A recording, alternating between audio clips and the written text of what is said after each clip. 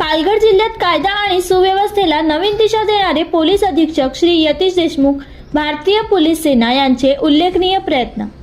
पालघर जिल्ह्याचे पोलीस अधीक्षक श्री यतीश देशमुख यांच्याकडून केले जाणारे कार्य केवळ कौतुकास्पदच नाही, तर ते जिल्ह्याच्या कायदा आणि सुव्यवस्थेसाठी एक नवीन आदर्श ठरत आहे।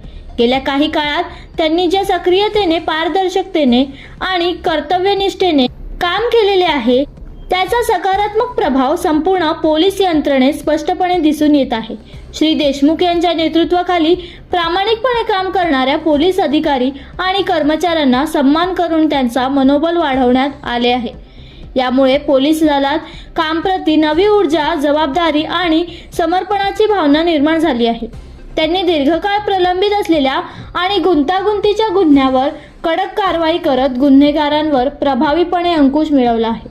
विशेषतः हायवेवर, महामार्गावर सुरू असलेले अवैध धंदे, भ्रष्टाचार आणि संघटित गुन्हेगारी विरुद्ध कठोर पावले उचलून गुन्हेगारांचे कंबरडे मोडले आहे। गुटखा माफिया, अवैध व्यवसाय करणारे घटक आणि प्रशासकीय संरक्षणाचा आधार घेऊन अवैध वसुली व गुन्ह्यांना खतपाणी घालणाऱ्या मध्यस्थाविरुद्ध कठोर कारवाई करण्यात आली आहे।